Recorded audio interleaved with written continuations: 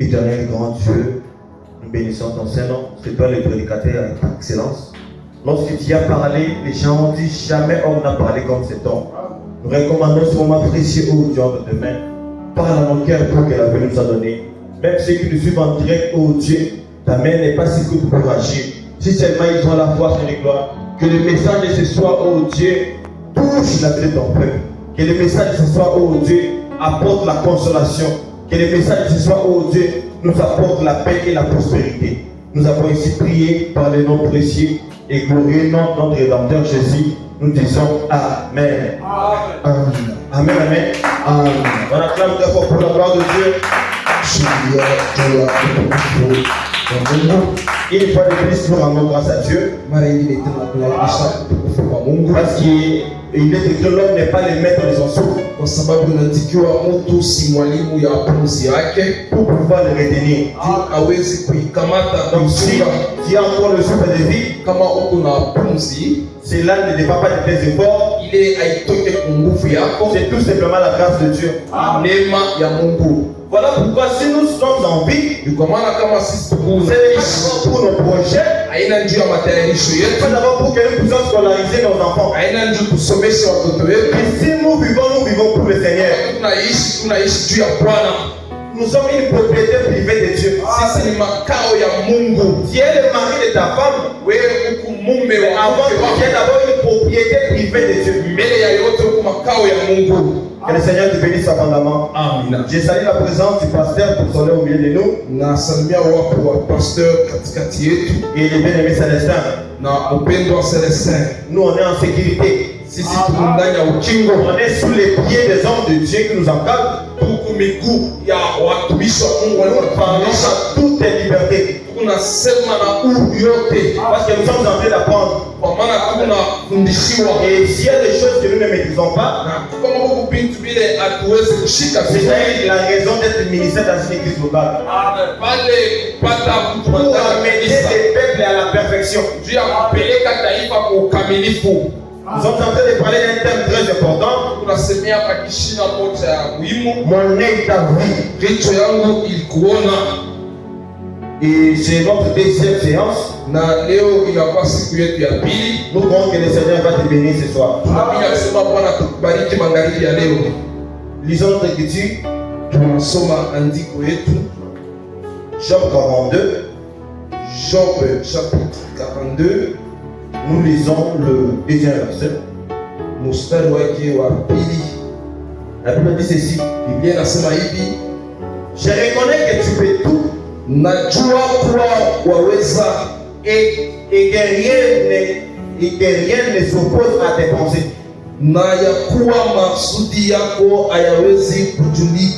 Qui est celui qui a la folie d'obéir mes desseins?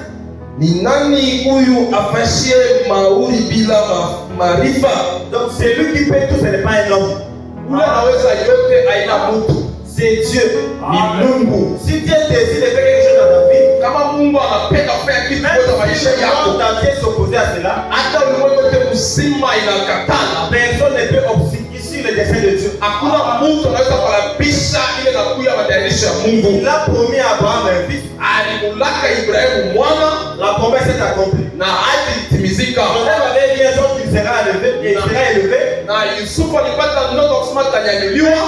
frère, ses frères l'ont persécuté, on l'a vendu comme esclave. Maintenant que le Seigneur avait tracé des steps pour Joseph, mais les choses ne peuvent s'opposer à ça. Voilà pourquoi, étant dans le monde, chacun de nous a un plan que le Seigneur a tracé dans sa vie. Quelles que soient les difficultés, quels que soient les problèmes, personne ne peut empêcher l'accomplissement des promesses de Dieu. Qui a la folie pour obéir ses desseins? Le verset 4, écoute-moi, je te parlerai. Je t'interrogerai et tu m'instruiras. Mon œil avait entendu parler de toi. Mais maintenant mon œil t'a vu. Vous allez remarquer, on a parlé, mon oreille avait entendu. Et là on dit maintenant mon oreille t'a vu. Quand Job a vu l'Éternel, le temps où il avait écouté l'Éternel, ça faisait déjà partie du passé. C'est pourquoi il dit maintenant mon oreille t'a vu. Et nous avons dit ceci, que le temps que nous traversons, c'est le temps où nous prêtons notre oreille pour écouter Dieu. Mais après l'enlèvement, lorsque nous allons le voir, nous allons également parler comme Job. Que j'avais entendu parler de toi, mais maintenant mon œil t'a vu. Ce qui va nous permettre de voir le Seigneur, c'est l'enlèvement. Mais il y a quelque chose qui précède d'abord l'enlèvement. C'est l'écoute de la parole de Dieu. Amen, amen. Et je vais d'abord résumer ce qu'on avait dit la séance passée. Dans 2 ou 3 minutes seulement, avant d'introduire notre pensée. Nous avons dit que Job s'était consolé avec une maison de bouteilles. D'une base. Dans Job 2, le verset 8. Job, dans ses souffrances, il était inconsolable. Il était dans la poussière. Il s'est gratté avec une tesson. On avait dit, les apôtres ont interprété les consolateurs comme étant les Saint-Esprits. Avant de voir le Seigneur, les Seigneurs nous consolent d'abord au moyen du Saint-Esprit. Mais ce n'est pas encore tout. C'est une consolation temporaire. Mais nous devons avoir toujours ce désir-là. Un jour nous pouvons le voir. C'est ça Job. Les 3 amis de Job sont venus en parler. C'était toujours inconsolable. Et lui est venu, Job était toujours inconsolable. Quand Job a entendu en vu le Seigneur, alors que Job était totalement consolé. Nous avons exhorté les enfants de Dieu. Après avoir écouté la parole de Dieu, le Seigneur nous a scellé de cet esprit. Mais cela ne nous fasse pas oublier les ciels. Amen, amen. Même si tu es élevé aujourd'hui, que l'élévation ne dépasse pas oublier les ciels. Tu dois avoir ce désir-là de voir le Seigneur un jour. Même si tu écoutes les hommes de Dieu, tu peux écouter un ministre, un apôtre, un docteur, un prophète, mais tu ne seras pas toujours rassasié. Ton désir doit être celui de voir le Seigneur un jour. C'est ça Job. Amen, amen. Et nous avons dit qu'il y a aussi un homme qui était le consolateur dans son temps. C'est la personne de Noé. Pendant que l'humanité était dans la souffrance, le Seigneur a consolé au moyen de Noé. Est-ce qu'on est ensemble? La Bible dit ce qui arriva du temps de Noé, de même aujourd'hui le Fils de l'homme. Aujourd'hui les consolateurs véritables, c'est le Saint-Esprit. Qui nous console aujourd'hui. Mais cette consolation-là, elle est temporaire. La consolation totale, ça sera où nous allons quitter ce corps. Joseph en Égypte, il était dans la souffrance, dans les difficultés. Mais quand il a eu son premier fils, il a donné le nom de Manassé. Le Seigneur m'a fait oublier toutes les souffrances de la maison de mon père. Or, la véritable consolation arrivera lorsque nous irons au ciel. La Bible dit là-bas il n'y aura ni faim, ni souffrance, mateso. Il essuiera les larmes de nos yeux. Atapangusha machozi Quand nous vivons dans cette corps, wakati tuko ndani ya hii nous mwili. gémissons, nous souffrons. Tuko nalia, tuko Tu nateswa. peux avoir un travail aujourd'hui, Unaweza kupata kazi leo. c'est toujours vanité de vanité. Kwa kusema ni bure mwa bure. Tu ne seras pas dans le repos. Hautakuwa na Tu peux mapumziko. te marier aujourd'hui, Unaweza kuoa ce leo. n'est pas le repos total. Haina mapumziko ya utele. Nous devons désirer le ciel. Kwa maana tutamani kuona Nous devons Mungu. désirer l'enlèvement. Tutamani kunyanyuliwa. C'est comme ça que j'avais dit, Ni vile nilisema la chanson que nous chantons, mwimbo tunaimbaka. Posa na ngana mona yo. Posa na ngana mona yo. Posa na ngana mona yo.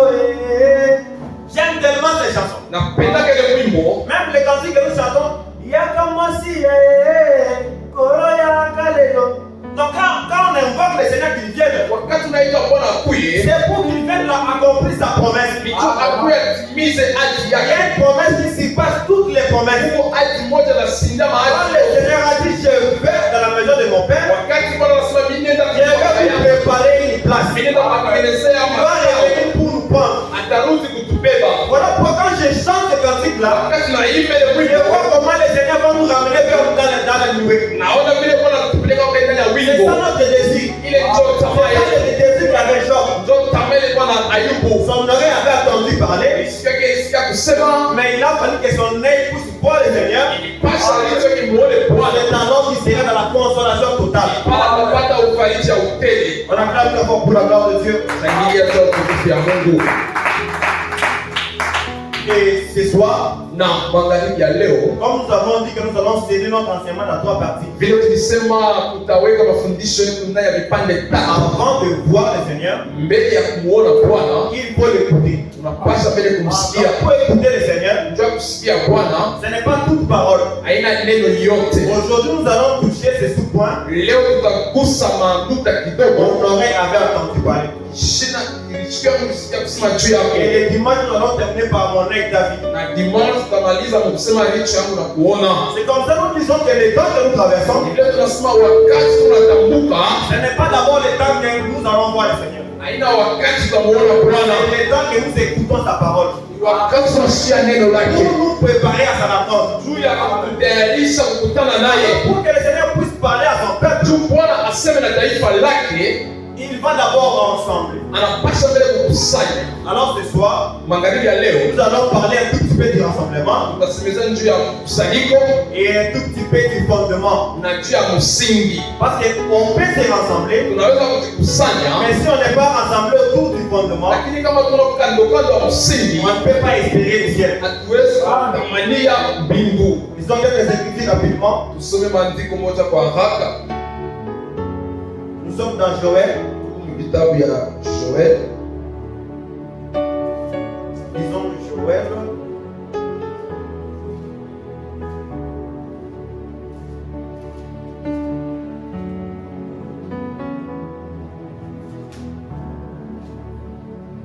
Joël 2, verset 15. Joel 2 verset 15. Ne sois pas distrait, s'il vous plaît. Hapana kulingama. Joël 2, nous sommes le 15e verset.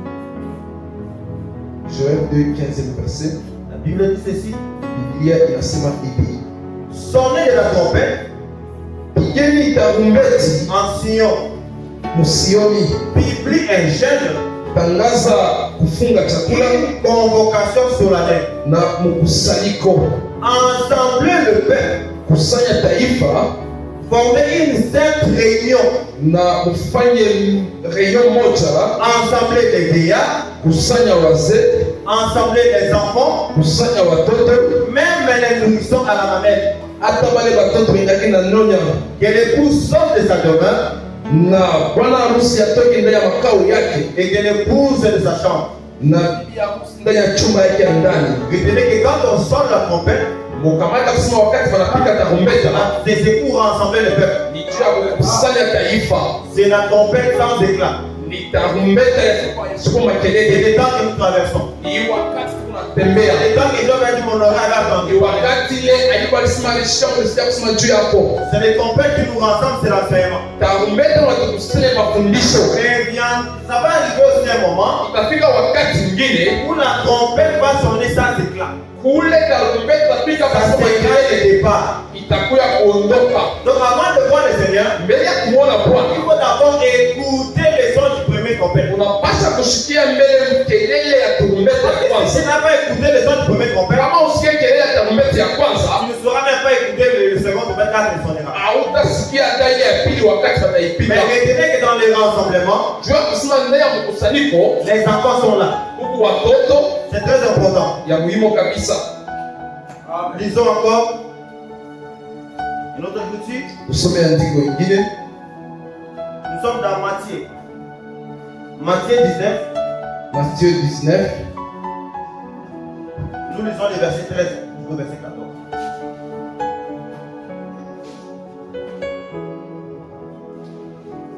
Alors on lui amena des petits enfants, en fait il leur imposa les mains Wakamuletea watoto kidogo ili abawekee mkono et pria pour eux. na abaombee, Mais les disciples les repoussèrent. lakini wanafunzi walikuwa wako na kataria watoto. Et Jésus dit, Na Yesu akasema, laissez les petits enfants acheni watoto kidogo et ne les empêchez pas de venir à moi. na msibazuize bakuje kwangu, Car le royaume des cieux kwa maana ufalme wa mbingu est pour ceux qui le descendent. iku kwa bale banafanana watoto.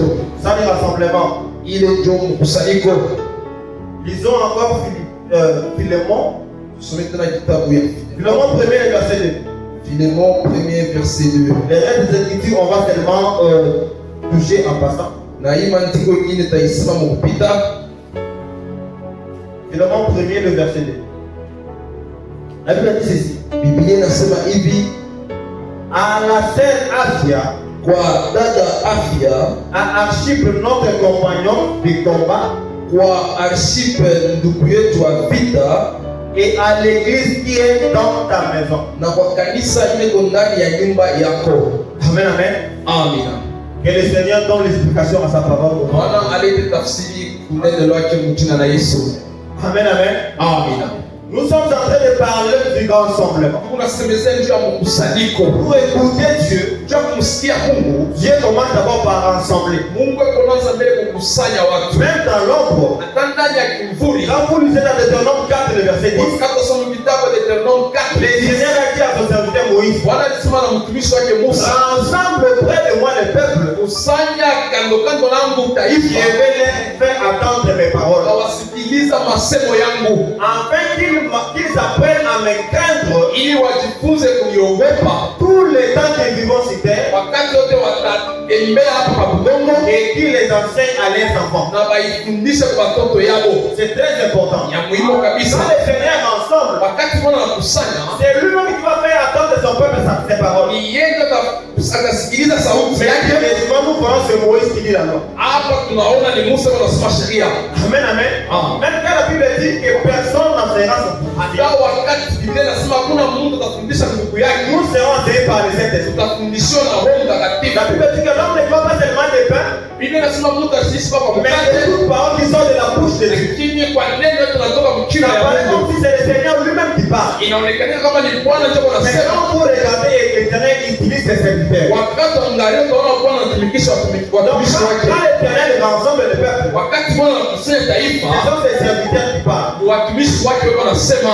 Amen, amen. Amen. Même dans Acte, Hata mkitabu ya Acte, Acte 2, Acte chapitre le Seigneur 2. avait fait quelque chose pour rassembler le peuple, Bwana alifanya kitu ndio kukusanya taifa, afin que Pierre et les 11 puissent parler. ili Petro na hao wa 11 Le waseme. Seigneur a fait un grand bruit, Bwana alifanya kelele moja ya et dans nguvu, ces bruits, le Seigneur a rassemblé le peuple. na ndani ya ile makelele Bwana alikusanya taifa, Et comme ça, Pierre et les 11, na Petro pamoja na 11 ils ont parlé et 3000 âmes sont converties. walisema na watu 3,000 waliokolewa. C'est comme ça que pas les apôtres ont dit, n'abandonnons pas notre assemblée, Vile vile mitume walisema msiache comme makanisa la coutume des uns. kama inakuwa tabia ya watu wengine. Aussi longtemps que nous voyons venir les jours. Wakati tunaona siku kunakuja, Amen, amen. Amen. Donc quand on se rassemble, wakati tunajikusanya c'est pour écouter la parole de Dieu ili kusikia neno la et Mungu nous préparer à la rencontre du Seigneur. na kujitayarisha njoo kukutana na Bwana Parce Yesu, que les jours là qui arrivent, kwa sababu ile siku kunakuja c'est l'enlèvement. ni kunyanyuliwa. Donc on ne peut pas aller à l'enlèvement Hatuwezi kunyanyuliwa sans d'abord être rassemblés. pasipo si tuwe Pour tujikusanye écouter le Seigneur nous bila parler. kusikia Bwana aseme. C'est que je vais dire, mon oreille avait entendu aliwa alisema nishikia yangu sija kusema juu yako. Et maintenant mon œil t'assiste. Sasa palicho yangu na kuona. Nous ne devons pas abandonner nos rassemblements. Nous ne devons pas abandonner nos rassemblements. Hatuwezi kuacha mkusanyiko yetu. C'est très important. Ni ya muhimu kabisa. La grande maladie de cette ville, c'est que les gens viennent seulement le dimanche. Magonjwa kubwa ndani ya hii mji ni kusema kwanza na baba C'est difficile que les gens viennent nombreux pendant la semaine. Kitu kikubwa tubakweba mingi mu wiki. Oubliant que le peuple de Dieu, il ramassait la manne, c'était chaque jour. Sawa kusema taifa Mungu anaanza kulokota mana alikuwa ni kila siku. Amen, amen. Amen. Le Seigneur a d'abord envoyé son serviteur. Bwana alituma mbele mtumishi wake Qu'ils aillent parler à son peuple. enda akaseme na taifa. Pour leur dire que le Seigneur a votre souffrance. Ndio kusema Bwana naona mateso Il va yenu. vous amener à Canaan. Atawapeleka kwa Kanana. C'était d'abord une promesse. Ilikuwa mbele ati Ils ont d'abord écouté. balisikia, Mais il a fallu qu'ils suivent, qu'ils persévèrent dans la marche. balipasha kudumu ndani ya kutembea. Dans la marche, ils ont écouté la loi. Ndani ya kutembea balisikia Ils sheria, ont mangé la manne. balikulia mana. Et au finalité, comme le Seigneur avait promis, Na mwisho yote vile Bwana ils alitaka étaient réellement arrivés à Canaan. hakika walifika C'est mkanana. la marche que nous traversons.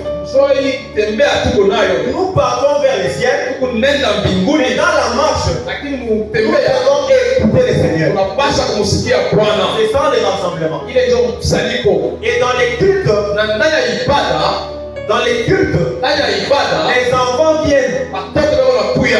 Cette tendance-là de vouloir repousser les enfants, Vile kupenda kusukuma ça a watoto commencé même avec ceux qui étaient avec le Seigneur. ilianza na pale walikuwa pamoja na Bwana Yesu. Non, ils ont voulu repousser les enfants. Walipenda kusukuma watoto. Et le Seigneur a dit laissez les enfants venir vers moi. Bwana alisema wacha watoto wakuje Mais kwangu. c'est le devoir maintenant des parents Lakini inakuwa ni kazi ya wazazi d'enseigner les enfants. ya kufundisha watoto. Amen, amen. Amen. La Bible dit instruis l'enfant dans la voie qu'il doit suivre. Biblia inasema fundisha mtoto wako njia anapaswa Quand il kufuata. sera grand, il ne se détournera pas. Wakati atakomala asitenda mbali na ile njia. On ne peut pas organiser un culte comme ça pour des enfants. Hatuwezi kutayarisha ibada njia ya watoto. Cette manière de faire les choses, nous n'avons pas vu ça dans les traces des apôtres. Ile namna ya kufanya bila kuiona Les enfants viennent. watoto leo wanakuya. Même quand le Seigneur avait fait les miracles, il a multiplié les pains et les poissons. Hata wakati Bwana alifanya muujiza La Bible dit qu'il y avait aussi des enfants qui étaient là. Biblia inasema watoto na wao walikuwa pale. Amen, amen. Amen. Mais maintenant, c'est le devoir des parents Sasa inakuwa ni kazi ya de wazazi pouvoir enseigner les enfants. ya kufundisha watoto. Inculquer les enfants d'enseignement. Kuweka mafundisho ndani ya watoto. C'est rare de voir une maman à la maison Iko nguvu kuona mama, réunir ses enfants en train de leur enseigner la parole de Dieu. kuona mama kunyumba kusanya watoto kwa Les enfants des musulmans. watoto wa misilima. Il y a même de ceux-là qui sont dans l'église du Loba. Huku bale beko mu kanisa maleta L'enfant déjà à l'âge de 2 ans, 3 ans, 4 ans. mtoto kwa miaka ya 3 L'enfant sait déjà que dans l'air doctrine, il ne mange pas la viande. mtoto sasa kuyua mu kanisa baba babu yake nyama. Mais nous on dit on est des saints. Sisi tunasema tuko watakatifu. À la maison, on n'a même pas le temps d'attraper nos enfants. Kunyumba tuna wakati wa kufundisha watoto. On est capable de faire répéter nos enfants les devoirs. Tuko na ile nguvu ya kufundisha watoto On madevoir. est capable de payer même un répétiteur pour inculquer l'enfant l'enseignement. Kuna nguvu ya kuleta mtoto mama. Je ne dis pas que c'est mauvais, c'est une bonne chose. Siseme ni mbaya ni mzuri. Amen, amen. Amen. Mais la meilleure chose, Lakini kitu cha l'héritage véritable qu'on peut le faire un enfant, urithi tunaweza kuachia mtoto c'est lui montrer la voie de Dieu. ya kuonesha njia ya C'est l'enseigner. kumfundisha. Amen, amen. On ne peut pas passer à la maison tout le temps en train de regarder les séries. Hatuwezi kubakia si mashike Nollywood, Mais difficile de voir une seule. na kwa kigumu kuona dada moja Quand on interdit à la femme d'enseigner, wakati wanakataza mwanamke kufundisha ni huku kanisa. mais à la maison la femme enseigne. Kunyumba mambo wanafundisha. Amen, amen. Amen. Là, à la maison la femme enseigne ses enfants. Kunyumba mambo wanafundisha watoto. Le but du rassemblement, Shaba ya mkusanyiko c'est pour craindre Dieu. sio kumwogopa On ne Mungu. peut pas craindre Dieu en dehors de l'enseignement. Hatuwezi kuogopa Mungu nje ya mafundisho. Quelqu'un peut dire je crains Dieu, je crains Dieu. Mtu anaweza kusema naogopa Mungu, naogopa kama Mais s'il n'est pas dans l'enseignement véritable, kama sina ndani ya mafundisho ya kweli, en réalité il ne fait pas Dieu. ukweli asiogope Mungu. Parce qu'on crée Dieu par rapport à l'enseignement. Maana tu unaogopa Mungu kufuatana na mafundisho. S'il n'y a pas l'enseignement, Kama kuna on mafundisho ne peut pas parler de la crainte de Dieu hatuwezi kusikiliza On ne peut pas parler de l'adoration. On ne peut pas parler de la louange. Tout commence d'abord par l'enseignement. C'est là où il y a l'enseignement. Toutes les choses viennent après. Amen, amen. Quand vous lisez dans Ézéchiel 37, on est en train de prophétiser sur les eaux. C'est d'abord les eaux.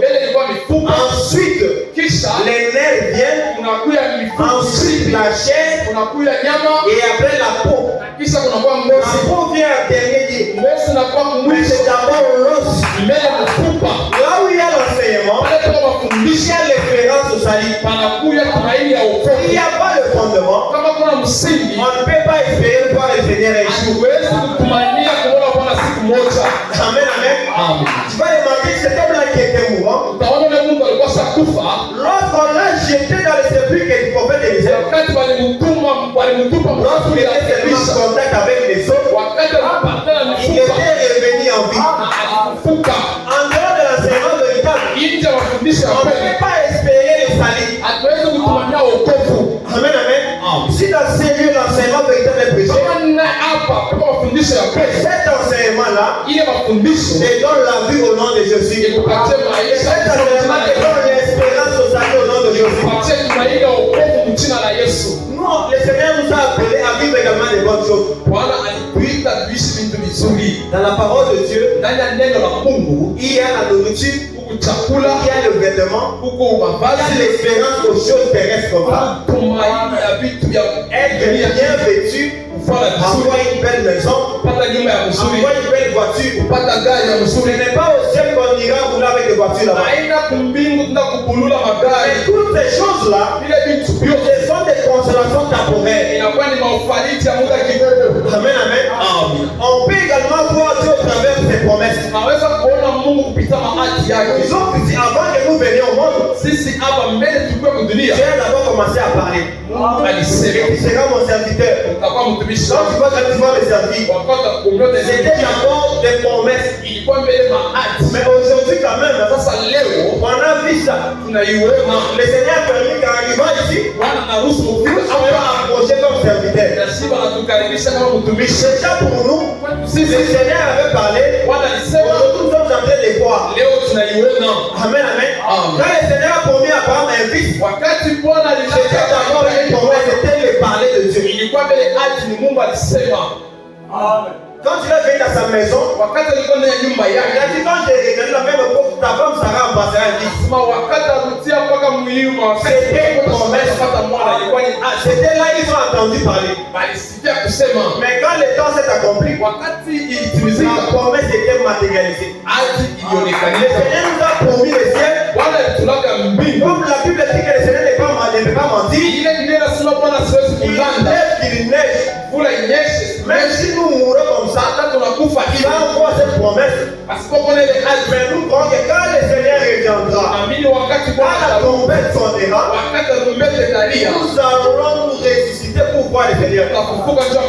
C'est ça notre espérance. Je te dis, consolez-vous de ces paroles. La promesse du ciel, c'est aussi une consolation pour les enfants de Dieu. Amen, amen. On acclame d'abord pour la gloire de Dieu. Dans la parole de Dieu, nous avons dit que les apôtres se réunissaient même dans des maisons. Les cultes de rassemblement, ce n'est pas d'abord seulement à l'église, à un hangar comme ça. On peut se rassembler dans une maison. C'est comme ça ici, on a notre église qui est à l'ISTEM, à l'RBA. C'est un culte de rassemblement, mais ils sont toujours dans la maison. Ça n'a pas commencé avec nous. Amen, amen. On peut se réunir dans la place publique. Il y a des témoins dans la Bible. Amen, amen. Dans Acte 17, le verset 7 au verset 17, tu vas voir que les apôtres se réunissaient aussi dans les places publiques. Mais la chose la plus importante, c'est quand nous sommes réunis, wakati tunajikusanya nous devons voir le fondement, tunapaswa kuona qui est msingi l'enseignement véritable. ile inakuwa mafundisho ya Nous kweli. devons voir l'auteur. Tunapaswa kuona madhabahu. Amen, amen. Parce que la Bible dit 2 ou 3 réunis en son nom, Inasema wawili wala watatu wakikusanya kwa ajili ya jina lake, l'Éternel est là. waaminieni kwa pale. Amen, amen. Amen. 2 ou 3 réunis, ça peut expliquer toi et moi nous sommes réunis comme ça. Wawili wala watatu tunaweza kuandika wewe na mimi hivi. Mais s'il faut interroger la grâce de la Bible, Kama tunapenda tuulize kusema kwa Biblia, dans notre culte pour que l'équipe soit réussie, ndani ya ibada yetu ili ibada iwezekanike, nous devons voir Abraham, Isaac et Jacob. tunapaswa kuona Ibrahimu, Isaka na Ces Yakobo. personnes-là ne sont pas là au milieu de nous. Kama wale watu watatu wala katikati On ne yetu, peut pas parler du culte. hatuwezi kusemeza juu ya ibada. Amen, amen. Amina. Parce que Isaac, c'est l'offrande. Kwa sababu Isaka inakuwa ni sadaka. Amen, amen. Amen. Et Jacob, dans Jacob, nous voyons les chiffres, tout ce qui est le fondement. Ndani ya Yakobo tunaona 12 inakuwa msingi. Et Jacob, c'est l'épée, c'est la parole. Yakobo inakuwa ni upanga, inakuwa neno. Nous devons voir la parole. Kama wakati tunajikusanya tunapaswa kuona neno, Nous devons voir l'autel. tunapaswa kuona madhabahu, Et on va apporter maintenant l'offrande. na tunapaswa kuleta sadaka. Amen, amen. C'est très important. Ya muhimu kabisa. En dehors de ce système-là, Nje ya hii bintu on ne peut pas parler du culte. hatuwezi kusemeza juu ya ibada. C'est pourquoi quand on est réunis comme ça, Vile kama tunajikusanya nous devons nous rassurer que non, Abraham est là. tunapaswa kuona hakikisha kusema Nous devons nous rassurer que Isaac est là. Isaka eko hapo Et que Jacob aussi est là. na Yakobo eko hapo. Amen, amen. Amen. Est-ce qu'on est ensemble? Eti tuko pamoja. On acclame très fort pour la gloire de Dieu. Tulia juu ya utukufu ya Bwana. Les véritables sacrifices, Sadaka ya kweli c'est le Seigneur Jésus lui-même. ni Bwana Yesu. Amen, amen. Amen. Parce que les dit, tu n'as voulu sacrifice du holocauste. Inaandikwa amtafute Tu m'as formé un corps. lakini ulilitunga kama mwili. Donc le véritable sacrifice qui a été créé, c'est le Seigneur Jésus. Sadaka ile Mungu alikubali ni Bwana Yesu. Quand est-ce que le Seigneur a été offert comme sacrifice? Wakati gani Bwana walimtoa kama sadaka? C'est quand il est descendu dans les eaux de Jourdain. Ni wakati alishuka maji ya Yordani. Parce que son baptême là, ce n'était pas réalité, ce n'était pas un baptême. Kwa sababu batizo yake mkweli ilikuwa kabisa. C'était un sacrifice qui montait à l'autel. Kweli ilikuwa ni sadaka unapanda na madhabahu. Pourquoi nous avons dit que Jourdain a été représente l'autel? Kwa nini tunasema Yordani inaonyesha madhabahu? Parce que le Seigneur avait parlé dans la bouche de Moïse. Kwa sababu Bwana alisema ndani ya kinywa ya Musa. Le Seigneur avait ordonné à Josué Aliruhusu na Yoshua que quand ils vont arriver à Canaan Jourdain, wakati mutafika Kanana mu Yordani ils vont construire, ils vont bâtir l'autel. atajenga madhabahu. Et quand Élie avec le prophète de Baal, Na wakati Elia pamoja na wanabii wa quand Baal, Élie a restauré l'autel, wakati Elia il a alirejesha pris ce madhabahu, modèle-là de Josué. Il a pris ce modèle-là de Josué. alibeba ile mfano kwa Yoshua. On doit voir la présence de Pierre. Tunapaswa kuona uwepo wa majiwe. Voilà pourquoi Élie avait pris 12 pierres. Kwa maana Elia alibeba majiwe 12 Mais sur l'autel, il avait versé de l'eau. na juu ya ile madhabahu aliweka kwa maji. Et comme il y avait la présence de Pierre et de l'eau, Ile palikuwa uwepo ya majiwe na le maji. point était agréé. Na sadaka Le feu était ilibaliwa. sorti pour consumer. Moto ilishuka juu ya kuchoma. Tout prédicateur, Mhubiri doit wote se rassurer, même quand je prêche comme ça, anapaswa kuhakikisha sasa hivi nahubiri, je dois voir les 12 mimi napaswa kuwa na 12 l'enseignement des apôtres. mafundisho ya C'est ça mitume. le fondement. Ndio msingi. Et le Seigneur avait dit Na Bwana alisema que la pierre qu'on va utiliser pour bâtir l'autel, maombi ile watafanya tu bajenge madhabahu. les ciseaux ne peuvent pas passer dessus. Ile sizo majiwe ile sizo haiwezi Parce kupita. que la pierre ne peut pas subir de modifications. Kwa sababu ile jiwe haiwezi kuitengeneza tengeneza. L'enseignement véritable a été déjà prêché. Mafundisho ya kweli kuhubiriwa.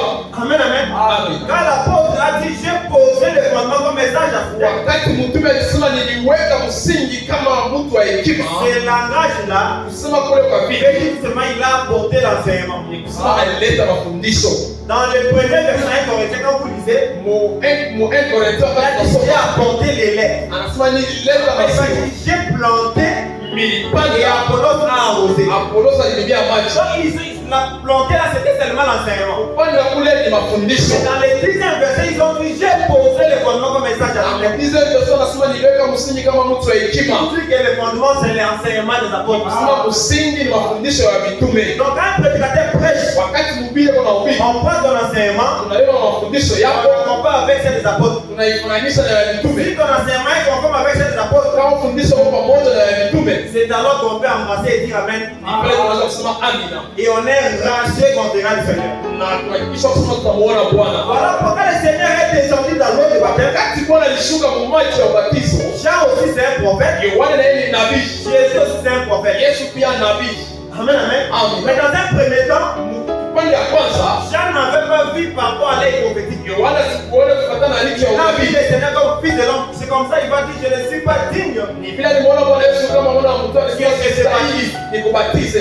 Là le roi n'était pas encore monté sur l'autel. Pale sadaka ikupande kwa Jean madhabahu. avait vu un homme. Ni pale Yohana aliona Mais mtu. quand le Seigneur sort dans l'eau, Wakati Bwana anatoka ndani ya il a maji, regardé dans les Jourdains, les pierres que Josué avait bâti l'autel étaient là. mukweli mule mu Yordani ile Il y a machiwe ya 12 pierres et de l'eau. vile Mungu wapo ya machiwe Voilà 12 pourquoi na maji. l'Esprit était descendu pour agréer le pain. Ni pale Roho Mtakatifu yusuka njoo kukubali Quand sadaka. le Seigneur vient, Jean va dire cette fois-ci, Ni kwa maana wakati Bwana voici anatoka hapa la sasa, chose de Dieu qui ôte le mal. tazameni mwana kondoo anaondoa dhambi. C'est après la sortie des eaux, Nikisha kutoka ndani ya on va maji, voir maintenant en réalité c'était un sacrifice qui était venu. Yohana anaona mukweli ilikuwa ni sadaka ilikuwa mbele yangu. Et si nous enseignons l'enseignement des apôtres, Na kama tunafundisha mafundisho ya mitume, nous devons être rassurés que le ciel n'est pas fermé pour nous. tunapaswa kisha kusema mbingu ya kufunga C'est la juu. personne la plus heureuse, Huku mtu mwenye heri, c'est la personne la plus heureuse huku mtu mwenye heri, parce que le Seigneur t'a choisi. kwa sababu Bwana alikuchakula Il a accepté que tu puisses écouter cet évangile. na anaandika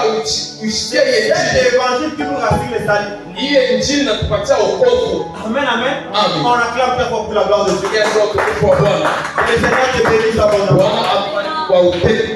Nous devons aimer les rassemblements. Tunapaswa kupenda mkusanyiko. Quand le Seigneur nous rassemble, Wakati Bwana anatukusanya, c'est dans un seul corps, ni ndani ya mwili moja, le corps de Jésus-Christ. mwili wa Yesu Qui Kristo. est son église. Ile inakuwa kanisa lake. C'est celui qui sera enlevé, c'est seulement le corps de Christ. Ule atanyanyuliwa ni mwili wa Yesu. Alors quand on est rassemblés comme ça, Wakati tunajikusanya hivi, nous devons veiller sur l'enseignement. tunapaswa kukesha juu ya Nous mafundisho. devons veiller sur la parole de Dieu. Tunapaswa kukesha juu ya neno ya Mungu. Parce que c'est cette parole-là qui va nous accorder le salut. Ni hii neno litakupatia wokovu. Voilà pourquoi les apôtres ont dit, Ni kwa maana mitume walisema, Amen, amen, Amen. que nous devons veiller les uns des autres. Tunapaswa kukesha juu ya mwingine kwa mwingine. Dans 2 Thessaloniciens 3, le verset 7, Kitabu ya Thessaloniciens 3:16 kushuka. que nous devons veiller les uns les autres. Tunapaswa kukesha juu ya mwingine na mwingine. Le salut passe par la prédication. Wokovu unapitia Si nous kwa voulons wawili. voir le Seigneur, Kama tunapenda c'est kumwona de Bwana, l'enseignement que nous écoutons. ni kusikia hii mafundisho tuko nayo. Nous devons être comme les chrétiens de Béret. Tunapaswa kuwa kama Wakristo wale kubereye. Amen, amen. Amina. C'est difficile de voir les gens venir à l'église Inakuwa kigumu kuona watu kuja kanisa avec des notes comme ça en train de noter les écritures na makaratasi kwanza kuandika maandiko à la manière des hommes. namna ya bantu. Quand les enfants vont à l'école, Wakati watoto wanaenda nous kwa les masomo, préparons les fournitures scolaires. tunawatayarishia On vitu a kwetu des vya masomo, livres, des cahiers. vitabu, makaye, mabik. Et puis quand l'enfant n'est pas maintenant à l'école, Na wakati mtoto shende kwa masomo, on les punit. wanampiga. Pour les choses du monde, on est très élevés. Juu ya binti vya dunia tuko na bidii. Je ne dis pas que c'est mauvais, c'est une bonne chose. Seme ni mubaya ni mzuri. Mais nous devons faire mieux par rapport à la parole de Lakini Dieu. tunapaswa kufanya mzuri sana kufuatana na neno la Mungu. Amen, amen. Parce qu'au ciel, on n'ira pas présenter nos diplômes de licence de graduat. Kwa sababu mbingu atapeleka madiploma ya lisansi na ya graduat. C'est comme ça les chrétiens de Béret Ni vile Wakristo wale kubereye recevaient la parole avec beaucoup d'empressement. wanaanza kupokea neno na bidii yote Et ils ne s'arrêtaient pas là. na kumalizia pale. Ils vérifiaient. Wanaanza kuverifie. Alors c'est pourquoi il est conséquent, tu viens à l'église. Inakuwa ya mzuri kwa unakuwa ukanisa. Comme on est en train de noter les écritures, Mwanzo kwa wakati wa kuandika maandiko. c'est ça une manière de veiller les uns les autres. Ndio namna ya mzuri ya kukesha juu ya mwingine na Nous mwingine. devons avoir tous les yeux sur l'enseignement. Tunapaswa kuwa na macho yetu juu ya mafundisho. Parce que si on croyait à l'enseignement, Kama tunaunguka kwa mafundisho, le ciel est fermé. mbingu na wakia kufungwa. Voilà pourquoi Jésus sur la croix, Kwa maana Yesu msalaba il va dire au fils, atasema na mwana, regarde ta mère, angalia mama et yako, la mère regarde ton fils. na anasema na wewe mama, angalia mwana wako. Amen, amen. Amen. La mère, c'est l'unité de la parole. Mama ni huduma ya neno. L'unité de la parole doit avoir les yeux sur nous. Huduma ya neno napaswa kuwa na macho juu Nous yetu. sommes les peuples. Sisi taifa Et par rapport à l'enseignement, tunafuatana na mafundisho. nous aussi, Sisi pia nous devons avoir les yeux tunapaswa kuwa na macho sur les hommes de Dieu. iko na angalia watumishi wa Mungu. Amen, amen. Ce n'est pas que lui, il est en train de nous prêcher d'abandonner le mal. Haina kusema yeye anahubiri toche mabaya. Si lui, il vit dans le mal, on ne peut pas aller les voir, non. Yeye unaishi ndani ya kubaya hapana. Dans les choses, c'est pas comme ça. Ndani ya mambo ya Mungu yanafika. Nous devons veiller les uns les autres. Hasa kesha mwingine juu ya Il mwingine. n'y a pas de vie privée Hakuna maisha ya upekee dans les choses de Dieu. ndani ya mambo ya Mungu. Amen, amen. Amina. S'il y a des choses pour lesquelles on peut blaguer, Kama Mungu binti leo tunaweza kucheza naye des choses de ce monde, ni binti ya dunia. on ne peut pas blaguer à l'enseignement. Hatuwezi kucheza na mafundisho.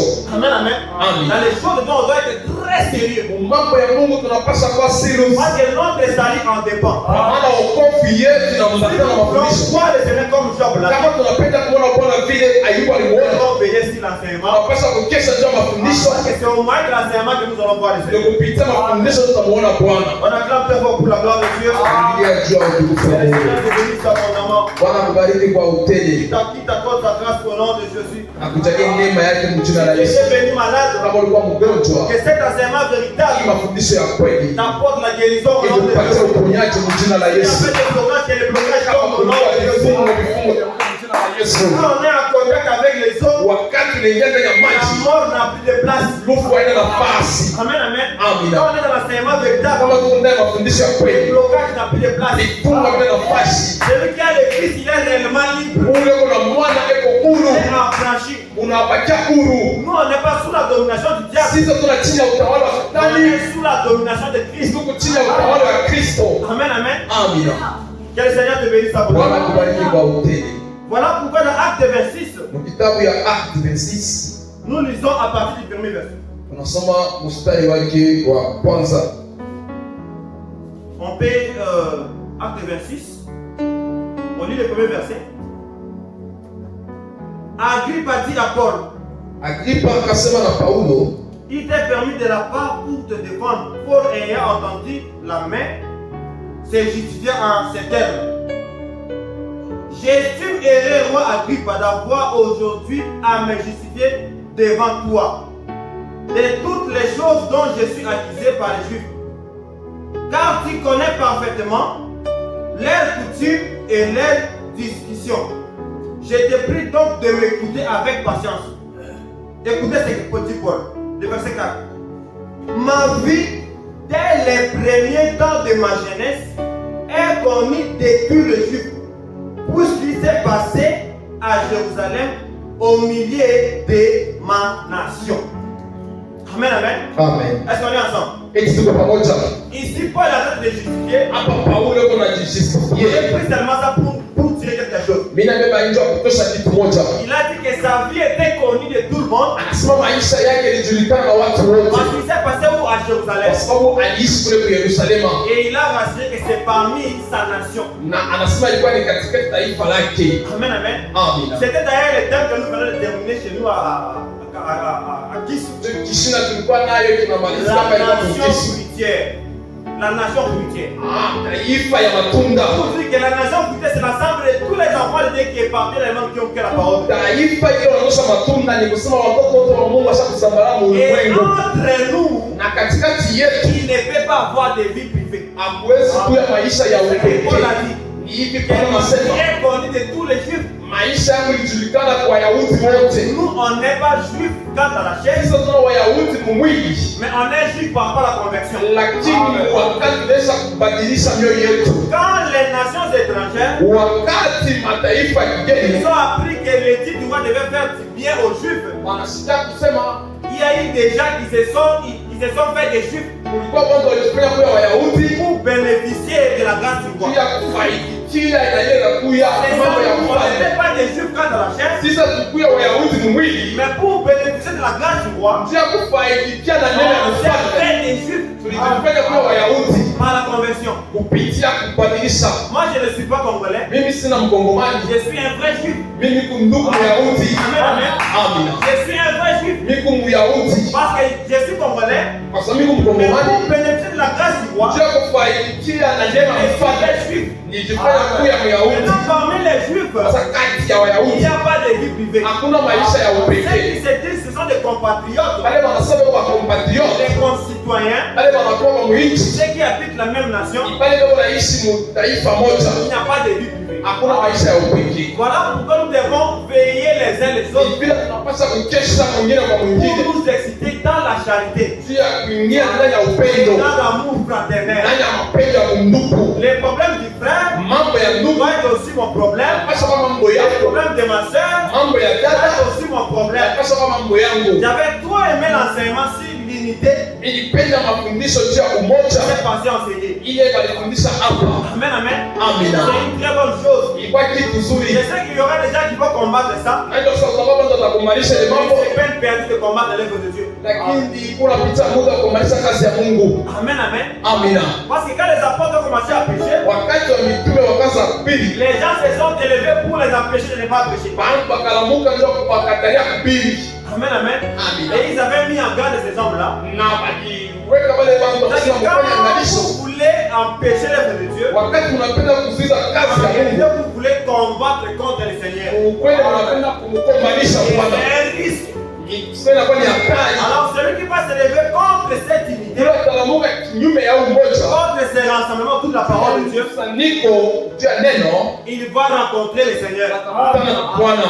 Amen, amen. Amen. Parce que celui qui se fait ami du monde, Kwa sababu yule anajifanya kuwa rafiki wa dunia, il devient ennemi de Dieu. anakuwa adui wa C'est Mungu. dans le monde qu'on peut voir les divisions. Ni ndani ya dunia mnakuwa C'est dans le madivision. monde qu'on peut voir la haine. Ni ndani ya dunia mko C'est chuki. dans le monde qu'on peut voir l'hypocrisie. Ndani ya dunia mnakuwa unafiki. Mais si nous croyons à un seul enseignement, Kama tunaamini kwa mafundisho nous moja, sommes dans le véritable fondement. tuko ndani ya msingi ya On kweli. ne peut pas avoir l'hypocrisie au milieu de nous. Hatuwezi kuona unafiki katikati Un yetu. amour sincère, Mapendo ya kweli pas avec la langue et la bouche. haina mapendo ya mchingo Je tuna peux lulimi. dire mon frère que je t'aime, Anasema ndugu, mimi et de nakupenda. l'autre côté, je parle mal de lui. Kule mimi naweza kusema kubaya juu Ce yake. n'est pas un amour Ile sincère. ina mapendo ya kweli. Nous devons veiller les uns les autres Tunapaswa kukesha wengine juu ya mwingine. pour nous exciter à la charité. Kupeleka kwa mapendo.